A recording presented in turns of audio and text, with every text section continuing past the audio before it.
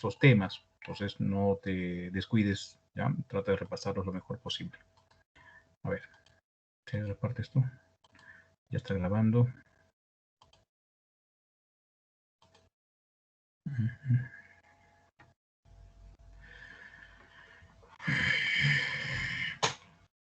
Ya, Juanito, a ver, ¿me confirman por favor la presentación de la pantalla y la grabación?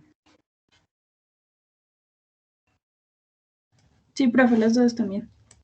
Bien, perfecto. Bien, Juancitos, muchas gracias. Juancitos, con todos ustedes, muy buenas tardes. Bienvenidos entonces al aula virtual de Historia. Quien les da la bienvenida es el profesor Víctor Rodríguez Tejada. Y el día de hoy vamos a desarrollar entonces el tema de las rebeliones indígenas del siglo XVIII. Gracias a la mejor academia, Bryce. Muy bien. Vamos a hacer, Juancitos, una previa para tratar de entender, por ejemplo, las principales rebeliones, que son la de Juan Sanjo Atahualpa y la de Tupac Amaru II. Veamos, en el proceso del virreinato, o sea, los 280 años, recuerda, desde 1544, cuando se estableció gracias al primer virrey del Perú. ¿Cómo se llama el primer virrey del Perú? Pregunta, jóvenes. Tienes que recordar temas de virreinato. Velasco Núñez. Blasco Núñez de Vela. Muy bien, Blasco Núñez de Vela. Bien, él trajo las nuevas leyes de Indias, se estableció, recuerda, el virreinato, pero tuvo el rechazo inicial de los encomenderos, generándose una guerra civil. Bueno, desde esa ocasión hasta 1824, en mes de diciembre, cuando se cierra el proceso prácticamente de la conquista y finaliza prácticamente la presencia de los españoles en el Perú, 1824, 280 años. En esos 280 años, las estadísticas nos muestran que hay, o sea, desarrollaron más de 300 rebeliones por parte de la población indígena.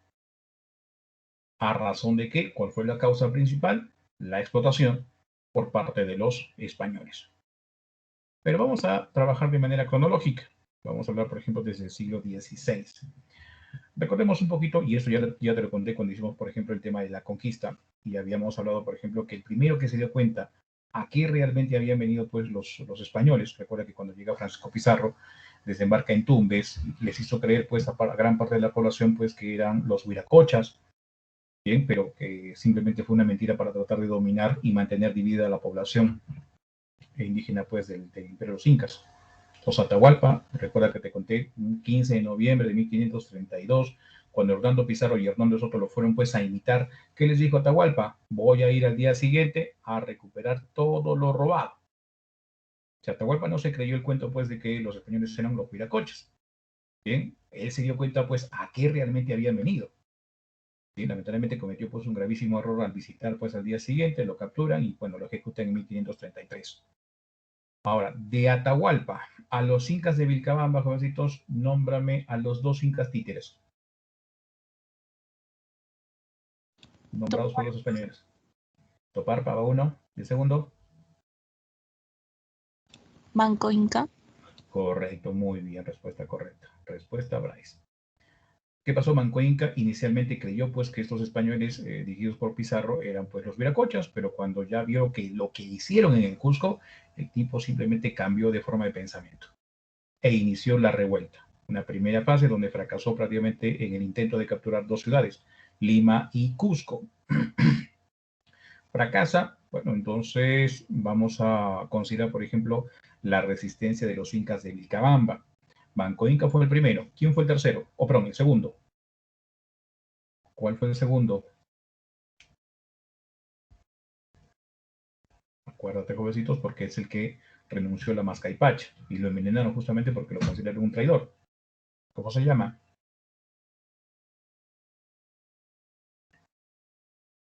5, 4, 3, 2, 1, 0. Tu respuesta, Zairi. Vamos, vamos, vamos, Zairi. Vamos, chicos. Zairi Tupac. Correcto, Zairi Tupac. Listo. Luego tenemos, jovencitos, al que firma la paz de Acobamba. Titu. Titu.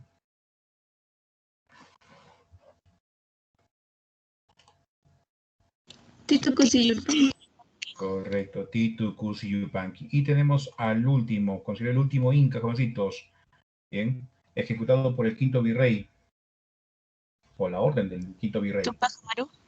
Tupac Amaru, ¿qué? Primero. Primero. Muy bien, listo. Con él se acaba entonces la última resistencia de los incas de Vilcabamba y prácticamente terminó el proceso de la conquista. Pero recuerda, vosotros, que a la muerte, y yo también creo que recuerdes, lo vamos a relacionar también con literatura, a la muerte de Tupac Amaru I se inicia un mito, un mito referido pues a un mesianismo andino. ¿Cómo se llama ese Incarri. mito? El mito del Incarri, ¿correcto? Ahora, mientras se desarrollaba todavía los incas de Vilcabamba, jovencitos, vamos a ver que hubieron movimientos de resistencia cultural y religiosa. Ojo, tengan mucho cuidado porque acá uno de ellos fue pregunta de examen hace poco tiempo, ¿eh? El Taki Oncoy. ¿Bien? El Taki Oncoy. A ese movimiento de Taki Oncoy le acompañan otros movimientos como por ejemplo el movimiento Yanaguara, y hay otro movimiento, jovencitos, muy poco conocido como el Moro Oncoy. ¿Qué fueron estos movimientos bonitos? Fueron movimientos de resistencia cultural y religiosa. ¿Bien? ¿En qué consistió juntos el movimiento Tanquionco? En la década del 60, 1500, juntos 1560 para adelante, bien, este movimiento va a ser dirigido por Juan Chogne, liderado por Juan Chogne, y dos mujeres que lo acompañaban, Santa María, una se llamaba así, y las otras se llamaba María Magdalena. ¿Y qué predicaba Juan Chogne? Que las huacas se iban a rebelar. ¿Qué huacas? La huaca del Titicaca y la huaca de Pachacamac. Se iban a unir la sierra y la costa y iban a unir a sus ejércitos e iban prácticamente a derrotar al dios cristiano. Y con la derrota del dios cristiano podían también derrotar pues a los españoles. A este movimiento de Taquioncoy también le consideramos como la rebelión de las huacas. Como te dije, se iban a unir dos huacas.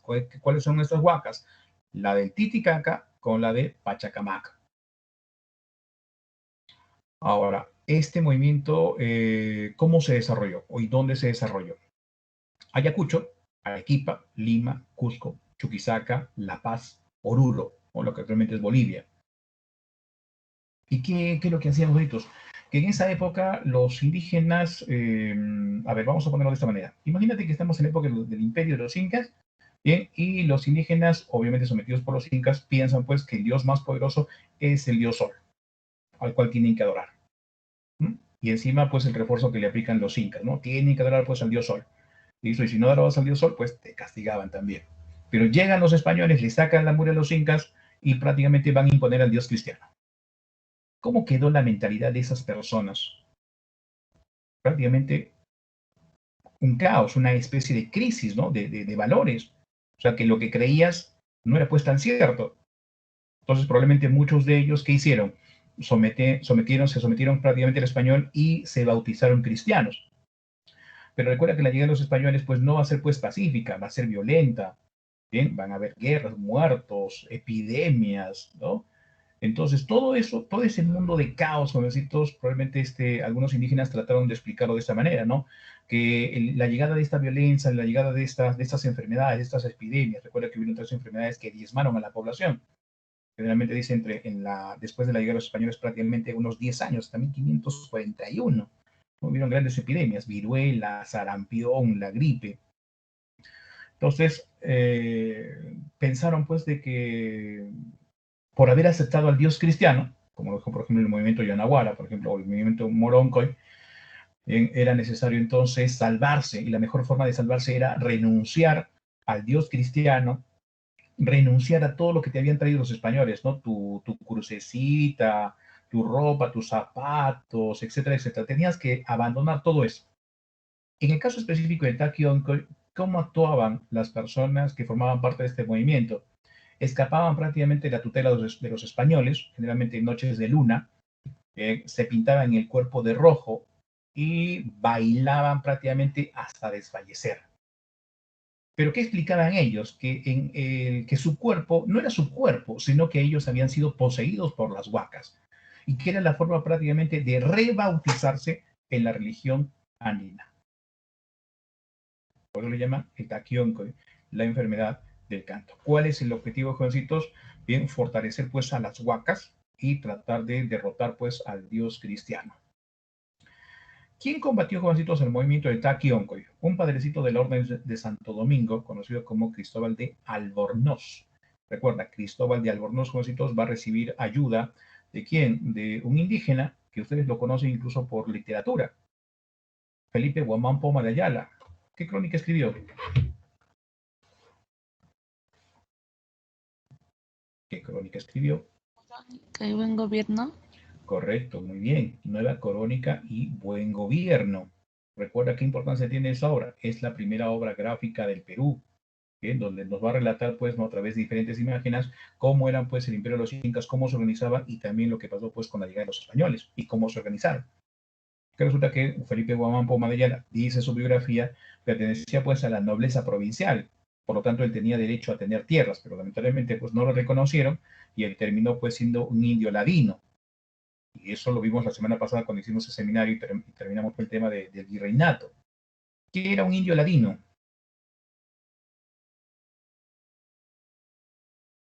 ¿Qué era un indio ladino, jovencitos?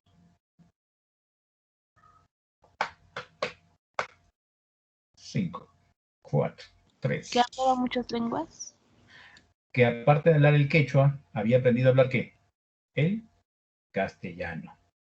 Bien, y servía como traductor a los españoles. Guamán Poma de Ayala ayuda a Cristóbal de Albornoz, jovencitos, a destruir más de 300 huacas, o sea, lo conduce por el territorio.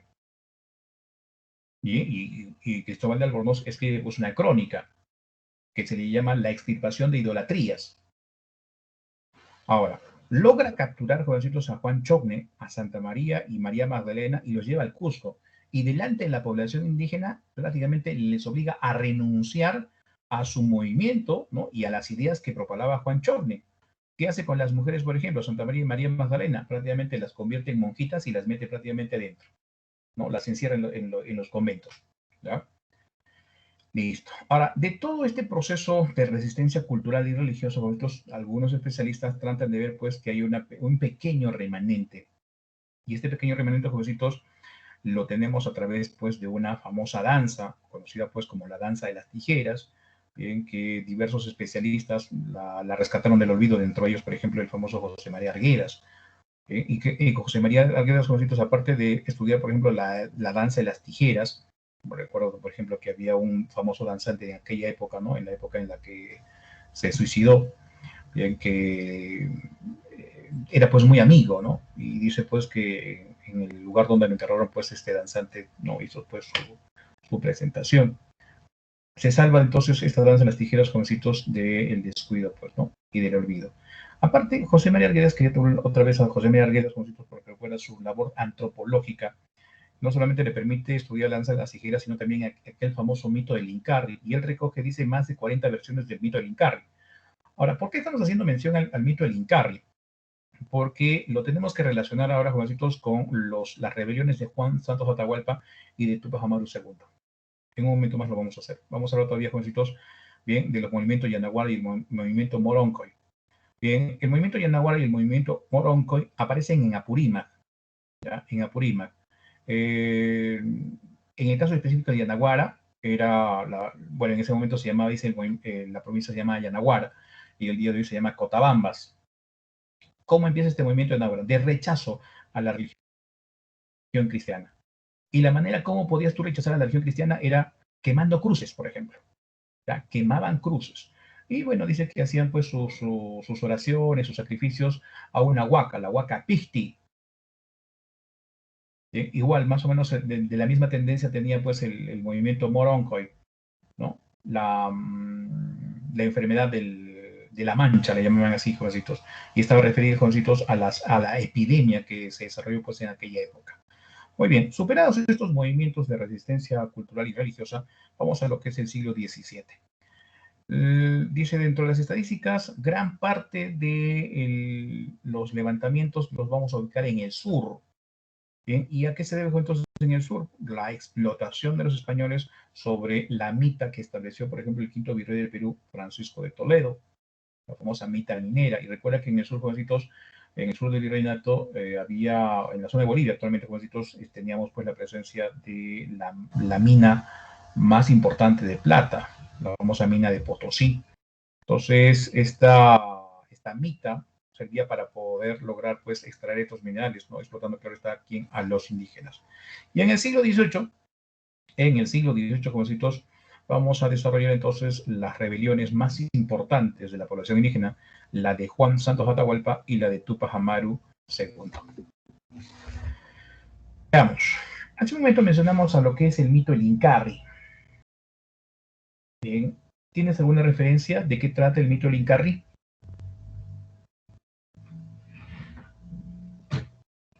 Recuerda que también está en tu temario de literatura. No sé si ya han hecho ese tema. ¿Ya lo hicieron con el profesor Macetitas? ¿O todavía no?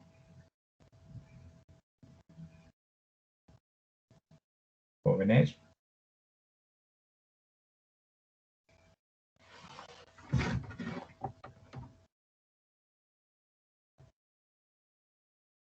No, todavía no. A ver, vamos a recordar la muerte del último Inca de Vilcabamba. ¿Quién fue?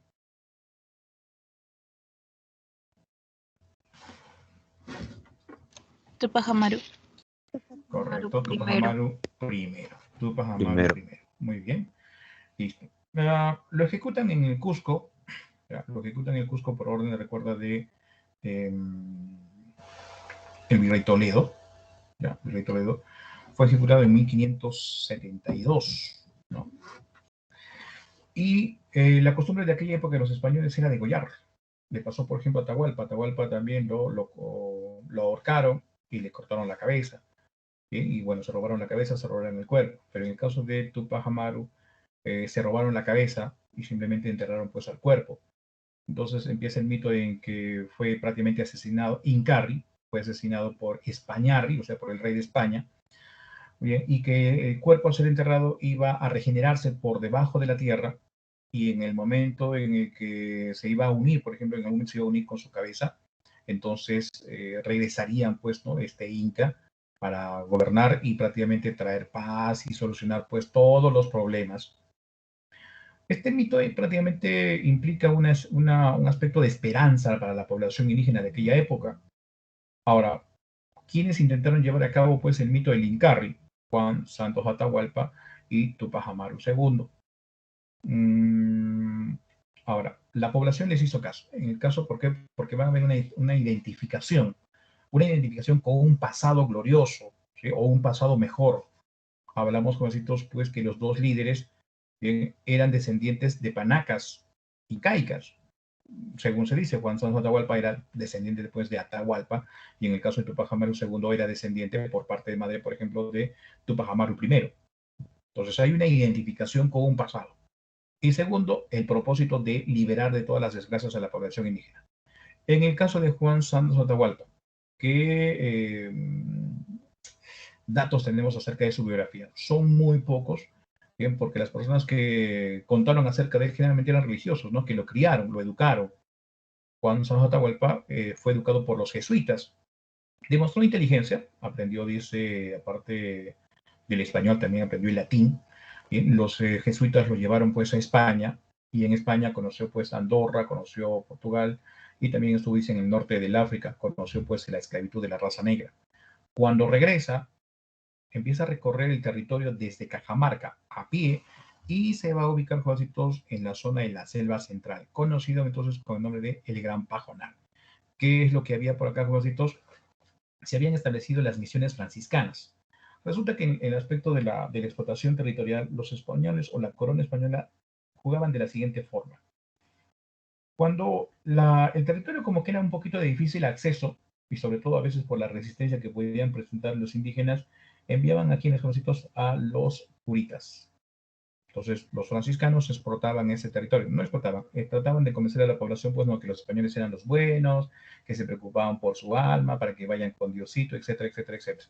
Y una vez que ya los habían convertido, entonces venía la explotación española, ¿no? Con las autoridades, los militares y demás. Entonces, la población indígena de la selva fue sometida de esa forma. ¿Cómo los explotaban? A través de la mita minera. Tú dirías de repente por cuestión de geografía, oiga, ¿qué mina hay, por ejemplo, en el Gran Pajonal? Sal. Explotaban sal. También los explotaban otros sembrando tabaco, por ejemplo. Bueno, ¿qué pasó entonces? La explotación fue durísima, ¿bien? Y entonces Juan Santos Atahualpa, lo que estaba al servicio de los sacerdotes franciscanos, ¿bien? Que estaba pues relacionada bien con estas tribus indígenas, les comenta pues que a los padrecitos que deberían formar, dice, tribus, o perdón, curitas indígenas, para tratar de calmar a la población. No le hicieron caso, bien, no le hicieron caso, no hubo solución a sus pedidos, entonces él termina convenciendo a las tribus indígenas de unirse para poder liberarse. ¿A qué tribus indígenas de la selva central va a unificar, digamos, bajo el objetivo de liberarse de los españoles? A los Ashánicas, Shipibos, Conibos, Piros y Miriches. Y entonces vamos a desarrollar la rebelión en dos fases. La primera fase, la primera mitad del siglo XVIII, 1742. La segunda fase, 1752, segunda mitad del siglo XVIII. En la primera fase, la rebelión va a abarcar, aparte del Gran Pajonal, Tarma, Jauja y Chanchamayo. Acuérdate ahora, Tarma, Jauja y Chanchamayo. Famoso por su café, por ejemplo, el día de hoy. Ahora, en esta fase, cositos, los dirigidos por Juan Santos Atahualpa lograron derrotar a los españoles en 17 ocasiones. Nunca fue derrotado. Ahora, ¿cómo fue posible que las tribus de la selva, tecnológica de repente un poquito más retrasados pues que los españoles, ¿no? Hayan logrado vencer pues a los españoles? ¿Qué pasó? En la selva el conocimiento del terreno es importante. En una rebelión militar, los indígenas conocían muy bien la selva, los españoles no, número uno. Número dos, los españoles pues que están llegando de las ciudades tienen pues la costumbre de usar pues su armadura, ¿no? Su peto, o sea, su peto es la parte pues que protege el pecho, ¿no? Su casco, su rodela, su espada, su escudo, entonces como que se le hace pues un poquito difícil poder trasladarse por la selva. Y encima de eso, imagínate el clima, los mosquitos, las enfermedades, los ataques por sorpresa, esas cositas fueron determinadas, jovencitos, al momento de obtener la victoria. Ahora, Juan Santos Atahualpa no solamente quiere que la rebelión pues abarque territorios de la ceja de selva, también quiere, jovencitos, que participen a los indígenas de la sierra. Es entonces que se va a dar a cabo la segunda fase, bien, a partir de 1752, donde va a atacar, jovencitos, bien, un territorio de la sierra, Andamarca. Repito, Andamarca, eso está en Junín. Pero ¿qué pasó, jovencitos? Las autoridades tuvieron que reaccionar, pues, ¿no? Pero lo interesante también, lo que viene de aquí después de Andamarca, es que él desaparece por completo. O sea, no lo vuelven a ver. Y empezaron a desarrollarse rumores de que había sido probablemente asesinado por sus huestes, de que había sido herido y había muerto, de que probablemente una partida de españoles logró capturarlo y no se dio cuenta de quién es, matándolos a todos, etcétera, etcétera. O sea, hubieron rumores. Pero años después, las autoridades españolas lograron capturar a dos de sus lugartenientes.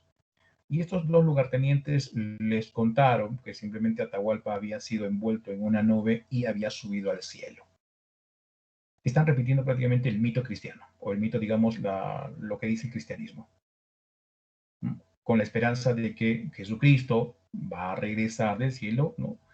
Para poder evaluar, juzgar a las personas. Entonces, en este caso, más o menos tendría algo de parecido. La esperanza, pues, de estas tribus selváticas era de que Juan Santos Atahualpa pudiese regresar y liberarlos de la opresión. Entonces, este mito como que va a mantener la expectativa, a mantener la esperanza, y resulta con que durante 100 años los españoles, o en todo caso, sí, pues los españoles y después los miembros de la República no pudieron entrar a la selva central, porque fue defendida por quién? Por las tribus selváticas. Cuando se hace cargo nuevamente del territorio, ya no pues en la época del virreinato, repito, si estamos hablando de 1752 o 1742, 100 años son prácticamente ya no el virreinato, es la república. En la república entonces volvieron a retomar el territorio para su explotación. ¿Cuál fue la consecuencia más importante de la rebelión de Juan Santos Atahualpa? Primera zona liberada de españoles durante 100 años. Dentro del virreinato, la primera zona liberada de españoles. Y también con esto es la primera unificación de tribus amazónicas bajo un solo objetivo, la liberación contra los españoles. ¿A qué nos referimos con unificación? Probablemente este territorio fue sometido también anteriormente por los incas, pero la dominación de los incas con los hitos pues no fue pues pacífica, ¿no? En algunos casos puede ser pacífica, pero otras pues fue violenta. Bien, y entonces estas tribus actuaron por imposición, pero en este caso el objetivo de estas tribus, recuerda, era la liberación. Bien, cortitos, así terminamos entonces la rebelión de Juan Santos Atahualpa, y vamos a hablar ahora, jovencitos, de la segunda más importante, o en todo caso la más importante rebelión indígena, porque afectó prácticamente la economía, afectó las bases del virreinato peruano. La vamos a Tupac Amaru II. Su nombre real, José Gabriel Condorcanqui Noguera. Y ojo, vamos a relacionar con lo que hicimos pues en la ocasión pasada, cuando hablamos del seminario, en hace 2 semanas atrás, con nosotros hablamos de la organización social del virreinato. Si don José Gabriel de Condorcanqui era cacique de Surimaná, Tungazuca y Pampamarca, ¿a qué república pertenecía?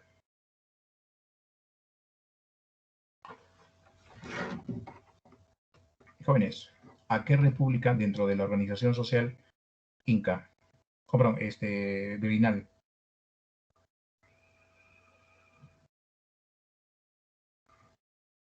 Jóvenes, ¿República de Españoles o República de Indios? República de Españoles. Ah, ¿él era español? Pregunto, ¿él era español? No. Ah, entonces, República India. la República de Indios. República de Indios. Muy bien, listo.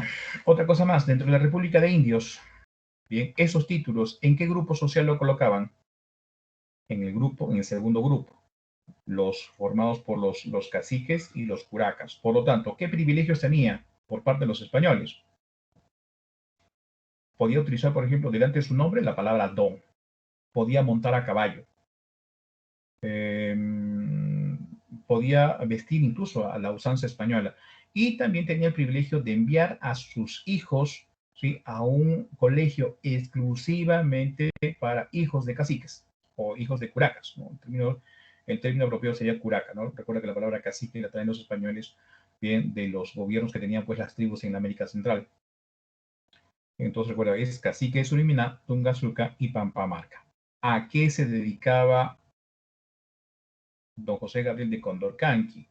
Recuerda, jovencitos, que él era un comerciante arriero. El día de hoy, jovencitos, un arriero sería pues un transportista. Dice que, según se dice, él tenía pues unas 1000 mulas y las utilizaba para poder llevar mercadería entre Cusco, Puno y el Alto Perú. Ahora, si tenemos a un comerciante arriero, transporta mercaderías, tenía posición social, la pregunta es ¿por qué o es cómo es que llega a rebelarse pues contra los incas? O sea, ¿qué tipo de inspiración o causas se tuvieron que dar para que José Gabriel Condorcanqui se rebelara contra la corona española? Y vamos a tener que hacer uso, jovencitos, de lo que también explicamos cuando hicimos, por ejemplo, las dinastías borbónicas. Recuerda que hubieron unas reformas muy importantes que trataron prácticamente de salvar de la crisis económica a España después de la guerra de la Sucesión Española, cosa que también hablamos, jovencitos, y que la ganó, recuerda, Inglaterra, que gracias a esta guerra Inglaterra se convirtió prácticamente en una potencia mundial. El problema fue España. España tuvo una grave crisis que quiso reflotar, pues España quiso recuperar su sitial, bien, aplicando estas reformas. ¿Cómo se conocen esas reformas? Reformas borbónicas. Correcto. ¿Y te acuerdas el nombre del rey, el rey más famoso que apoyó pues estas reformas borbónicas? Felipe V. El primero, el que las inicia, pero recuerda que el más famoso no es Felipe V, o sea, con respecto a la aplicación, sino es, conocidos quién, Carlos Tercero. III. Carlos III. Ahora, ¿qué había pasado, jovencitos? Que esas reformas borbónicas, ojo, que han sido pregunta de examen, ¿ah? Pregunta de examen, jovencitos. Listo, ¿qué van a hacer? La intención era reordenar la administración virreinal para poder lograr tener mayor cantidad de ingresos. Pero, ¿cuál fue el problema? Pues o fue el error de España, prácticamente mantener los principios desde el siglo XVI. ¿Cuáles eran? Mercantilismo, monopolio, intervencionismo. En este caso, cuando hablamos de mercantilismo, qué quisieron hacer ellos? Cobrar más impuestos. Y la oportunidad que tuvieron básicamente fue pues con los comerciantes, ¿no? Entonces, si José Gabriel Condorcanqui quería, por ejemplo, llevar sus mulitas, ¿no? Querían llevar mercadería de Cusco a Puno. Oiga, se habían creado, por ejemplo, las aduanas interiores producto de estas reformas borbónicas. Entonces, el tipo tenía que pagar impuestos. Entonces, si habían pues abundado las aduanas interiores, entonces como que le afectaba pues el bolsillo pues a José Gabriel Condorcanqui. Entonces, las características, ojo, también tengan cuidado, jovencitos, ¿ah? Una de las preguntas tenía que ver con las características de la revolución tupac-amarista. En este caso, específicamente José Gabriel Condorcanqui, su rebelión es una rebelión antifiscal. Y cuando habla sobre una rebelión antifiscal es justamente contra los impuestos que ha creado o han establecido las reformas borbónicas. Bien, anticentralista. Recuerda, jovencitos, que en el mercantilismo hay una fuerte intervención del Estado en concentrar la riqueza, pero no generaba, jovencitos, desarrollo económico, ¿no? Lo importante, recuerda, era la minería, era cobrar impuestos, era lo más importante para ellos. Bueno, ¿cuál es la importancia de la rebelión de José Gabriel Condorcanqui? Considerada, recuerda, jovencitos, la rebelión indígena más grande de la población indígena. Ojo, en él también podemos ver, jovencitos, un intento de volver de llevar a cabo el mito del Incarri. Recuerda, jovencitos, el sobrenombre que lleva Tupac Amaru II es porque su mamá era descendiente directa de Tupac Amaru I, número uno. Entonces hay una identificación con ese pasado, ¿no? El pasado de los incas. Ahora, ¿cuáles fueron las causas? Las causas, jovencitos, en este caso las causas económicas, ya las reconocemos, son las reformas borbónicas. ¿Qué aplicaron las reformas borbónicas? Nuevos impuestos. Bien, en este caso, en la época en la cual se revela Tupac Amaru II, es en la época justamente del rey Carlos III. Carlos III. Ahora, causas políticas. Él se va a revelar, jovencitos, a causa de las reformas borbónicas, que afectaron, repito, no solamente a él, sino pues a un grupo extensivo de curacas. Inclusive los criollos también fueron, digamos, afectados por esta reforma, tema que vamos a hablar ya la próxima semana. Bien, ahora, cuando él va, dice, al Cusco, perdón, va del Cusco a Lima a reclamar a la audiencia, él afirma que él no está actuando en contra del rey, está actuando a favor del rey. Es más, considera que el rey es una persona muy buena, que se preocupa por los indios, pero lamentablemente sus órdenes llegan aquí al Perú y lamentablemente las malas autoridades, ¿no?, tergiversaron, ¿no?, las intenciones pues del rey Carlos III. Ahora, si consideramos esta actitud que tiene José Gabriel Condorcanqui, si lo comparamos, por ejemplo, con lo que hacen los criollos, ¿no?, en su proceso de independencia, llámese precursores, ¿qué tipo de precursor sería? ¿Un reformista o un separatista? Reformista. Sería un reformista, correcto, muy bien. ¿Por qué? Porque está de acuerdo con la presencia del rey. Él todavía no está planeando la liberación, él todavía no está planeando rebelarse contra los españoles, está simplemente, jovencitos, llevando a cabo un reclamo. Pero como no le hacen caso en el reclamo, obviamente ya pasa pues a la parte violenta y ahí entonces proclama bien que está en contra de los españoles. Ahora, en el aspecto social, ¿no? Para poder hacer más grande o en todo caso su rebelión pues tenga un mayor sentido, reclama la justicia social. Y como justicia social reclama pues acabar con el abuso de los españoles, ¿no?, a la población indígena a través del exceso en los cobros de los tributos, a través de los repartos mercantiles que las mismas reformas borbónicas los habían legalizado. O sea, antes pues las reformas borbónicas, antes los repartos mercantiles no prácticamente se hacían a espaldas de las autoridades, pero como España quería plata para poder solucionar su crisis económica, habían legalizado. O sea, ahora prácticamente, digamos, legal sacarle la mugre pues a los pobres indígenas para que compren obligatoriamente los productos, ¿no?, que traían desde España. En el aspecto administrativo, jovencitos, trataban justamente de crear o de pedir la creación de una audiencia en el Cusco. ¿Para qué? Recuerda que era la audiencia, era el Poder Judicial. Bien, entonces el tipo fue a Lima y envió sus escritos, pero no le hicieron caso. La intención era pues que con esta audiencia del Cusco se podía atender o en todo caso contrarrestar el abuso pues de los españoles, ¿no?, denunciándolos. A eso también nosotros le pedimos, o perdón, Tupac Amaru pide acabar con los corregimientos. ¿Quién dirigía un corregimiento? ¿Y cómo lo consideraban los indígenas? También eso hablamos con nosotros en tema de virreinato, organización administrativa.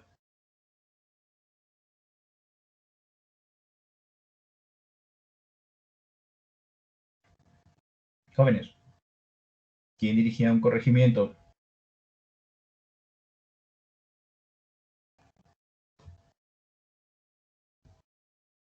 5, 4, 3, 2, 1, 0. Respuesta, jovencitos. Vamos, jóvenes. Respuesta. ¿Quién dirigía un corregimiento?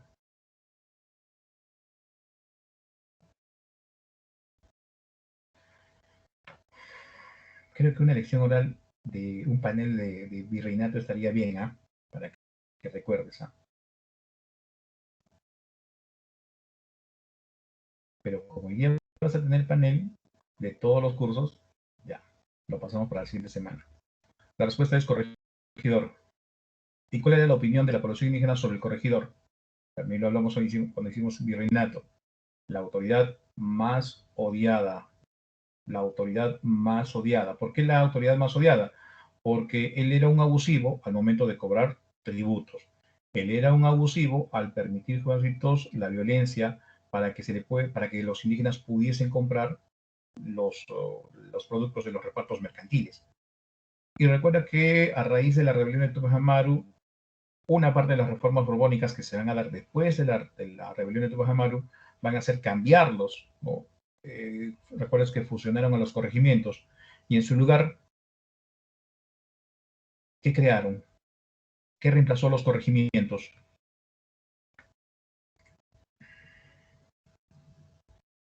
Jóvenes.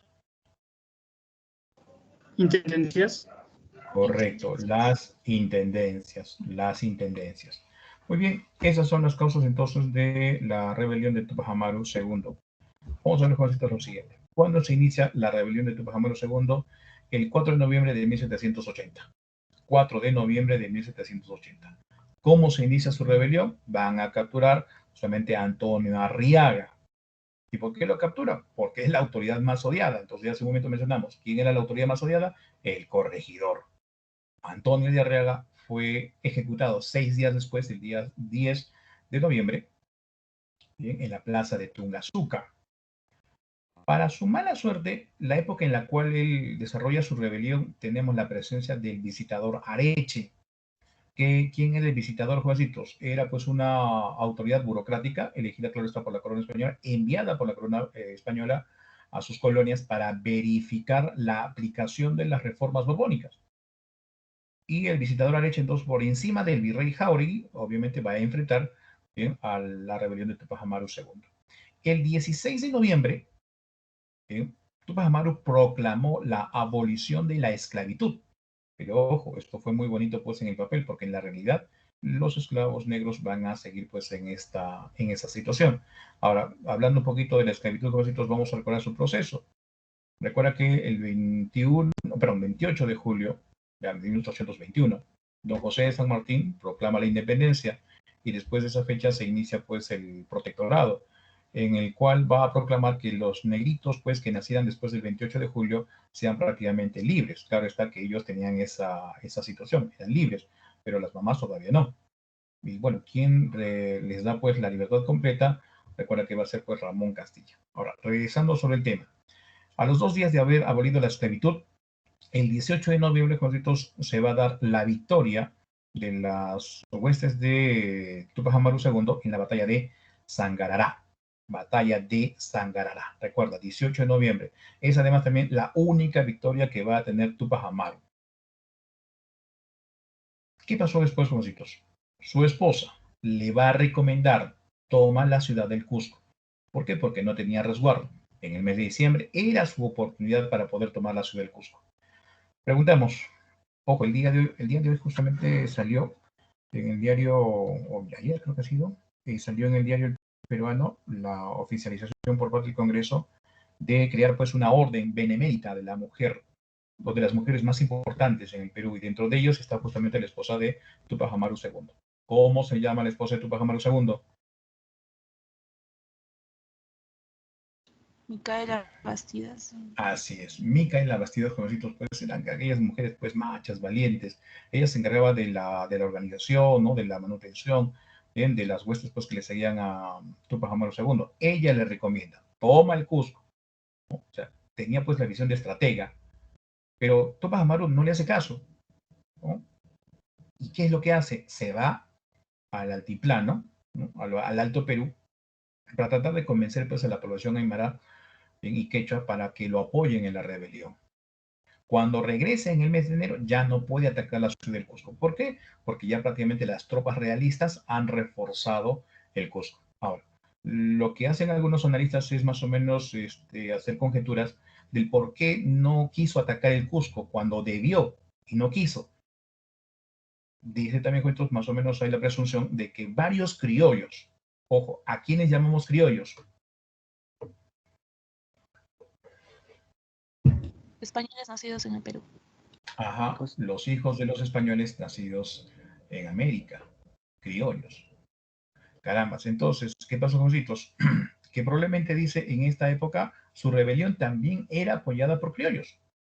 Ahora, ¿por qué los criollos, los hijos de los españoles, están apoyando a Tupac Amaru? O sea, no todos, ¿no? Digamos que algunos cuantos. Ah, porque las mismas reformas borbónicas los están afectando también a ellos. ¿Cómo así, jovencitos? Resulta que en las reformas borbónicas se habían establecido quitarles los cargos de la administración pública a los criollos y entregárselas a los funcionarios enviados de España, profesionales, con la creencia pues de que el trabajo de estos profesionales mejoraría, por ejemplo, el, el cobrar impuestos, el tener mejores y mayores ingresos. Esa era la intención. Entonces, como les quitaron su chamba, les quitaron su fuente de vivir, los criollos también pues estaban molestos. Y al final esto vamos a confirmar cuando hagamos el tema justamente de las corrientes libertadoras, vamos a hablar nuevamente de las reformas borbónicas y de la forma cómo les afectó a los criollos. Bueno, el asunto es, jovencitos, que ya para el mes de abril de 1781 se va a dar dos derrotas de Tupac Amaru. Las derrotas en la batalla de Checacupe y Combapata. Checacupe y Combapata.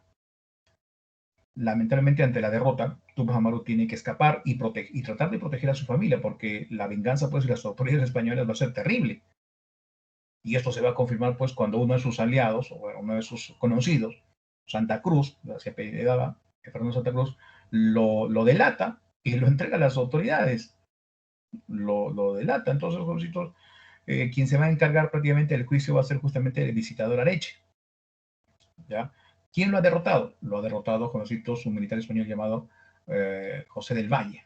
Ahora, dentro de las huestes que derrotan a Tupac Amaru, jovencitos, debemos recordar a aquel cacique que va a apoyar a los hermanos Angulo en su rebelión en 1814 y que fue derrotado pues en la batalla de Humachí, famosísimo porque tenía el grado de brigadier. ¿De quién estamos hablando?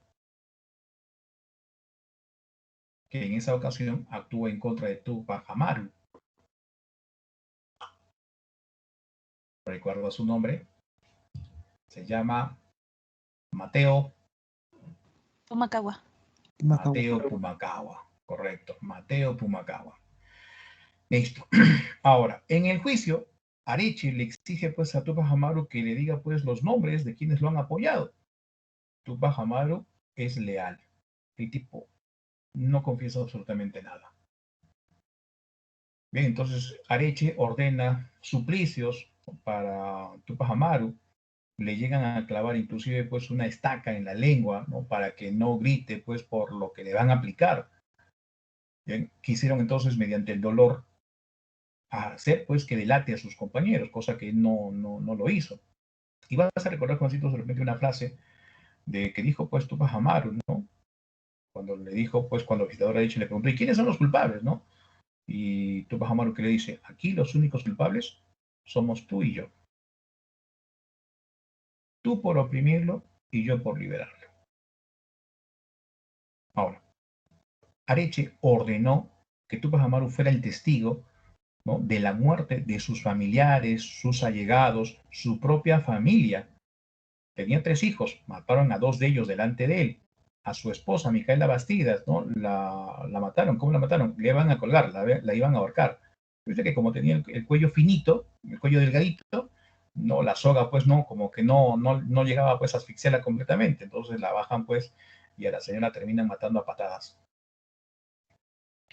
El 18 de mayo de 1781, Tupac Amaru, jovencitos, va a ser ejecutado. Intentaron primero, jovencitos, desmembrarlo, jalándolo prácticamente con caballos, bien, pero era como cholo fuerte, pues, ¿no?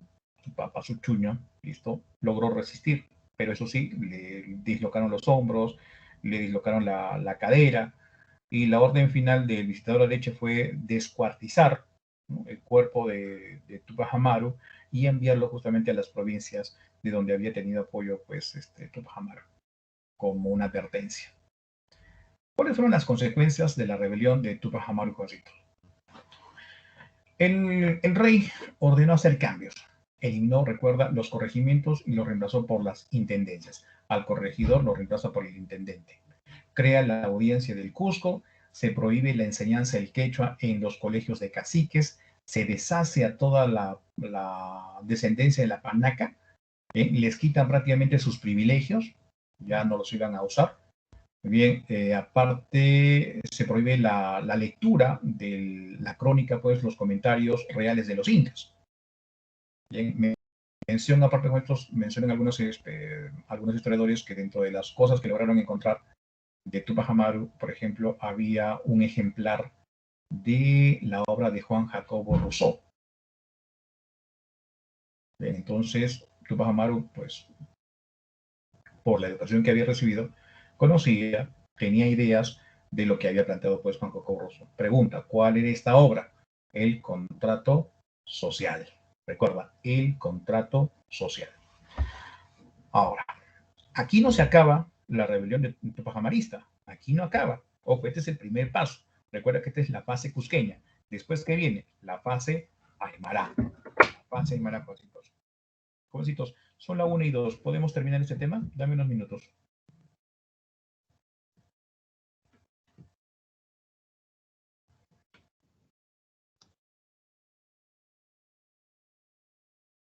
Jóvenes. Sí, profesor. Sí, profe, normal. Ok, vamos a continuar entonces con la fase Aymara. Bien, la fase Aymara, jovencitos, la inicia Julián Apaza. ¿Quién era Julián Apaza, jovencitos? Era un conocido de Tupac Amaru. Se había casado prácticamente con un familiar de José Gabriel Condorcanqui. Y a raíz de su muerte, ojo, dice que Julián Apaza tenía el plan, ¿no?, de rescatar. Lamentablemente tuvo inconvenientes y no pudo hacerlo. Va a tomar el nombre de Tupac Katari. Tupac en honor a Tupac Amaru II y Katari en honor a un líder aymara que también había sido ejecutado por rebelarse contra los españoles. Pregunta de examen, pregunta de examen de admisión. Características de la fase aymara. Características de la rebelión de la fase aymara. Antipeninsular y anticriollo. Recuerda, en contra de los españoles, en contra de los criollos. Bien. ¿Cuál fue de repente la acción más importante? Logró cerrar o cercar la ciudad de La Paz. Lamentablemente, cuentos los españoles, mucho más hábiles en política y en guerra, ¿qué hicieron? Empezaron, dice, a sobornar pues a los curacas que apoyaban a Julián Apaza o a Tupac Katari. ¿Y qué pasó? Lo fueron traicionando. Bien. Aparte de eso, la poca preparación que tenían pues los campesinos que seguían a Julián Apaza, bien, lo terminan capturando, jovencitos, y lo van a descuartizar igual que a Tupac Amaru II. ¿En qué año ocurrió esto? 1781, o sea, en el mismo año que ejecutaron a Tupac Amaru II. Ahora, después de la fase aymara, tenemos la fase de la prolongación. ¿Quién la dirige, jovencitos? Un familiar de Tupac Amaru, Diego Cristóbal Tupac Amaru. Bien. Ahora, van a atacar otra vez la ciudad de La Paz, ya en 5 años. Y entonces, jovencitos, logran cerrarla. Bien, y los españoles hicieron pues un trato con Diego Cristóbal, ¿no? Le prometieron que no iba a pasar nada, que iban a hacer las paces, que iban a preocuparse pues por la condición de los indígenas. Bueno, simplemente fue una treta. porque ni bien firmaron la paz, y acá tenemos, por ejemplo, el documento, quien le hace firmar justamente va a ser el encargado de haber derrotado a Tupac Amaru II, José del Valle, ¿bien? Donde van a tratar, pues, ¿no? A Diego Tupac Amaru, jovencitos. Pero después de haber firmado el acuerdo, lamentablemente, jovencitos, lo traicionan los mismos españoles. Lo acusaron falsamente de estar almacenando armas para una segunda rebelión. Ojo, la acusación fue una mentira y simplemente lo usaron para poder eliminarlo. ¿Cómo muere Diego Tupac Amaru, jovencitos? Muere ateneciado. O sea, imagínate esas tenazas, ¿no? De repente has visto las... ups, ¿qué pasó por acá? Perdón. Ups, ¿qué pasó por acá? ¿Qué pasó por acá? Para terminar esto. Ups, ya. Entonces, las tenazas, ¿conocen las tenazas, no? Esos como alicates, pero en punta curva, ¿bien? Las calentaron al rojo vivo y suácate, pues, ¿no? Lo descarnaron al hombre. Pregunta de examen de admisión. Pregunta de examen de admisión. ¿Cómo termina la rebelión Tupac Amarista? ¿Cómo termina la rebelión Tupac Amarista? Respuesta, jovencitos, con la ejecución de Diego Cristóbal Tupac Amaru. Bien, repito, ejecución de Diego Cristóbal Tupac Amaru. Bien, jovencitos, hemos terminado el tema, jovencitos, entonces el día de hoy. Ya, bueno, son las 1:06, jovencitos. Les agradezco más bien su comprensión por la que la clase se haya extendido hasta ahora. Ya, chicos. Bueno, gracias a todos ustedes, jovencitos. Bien, provecho.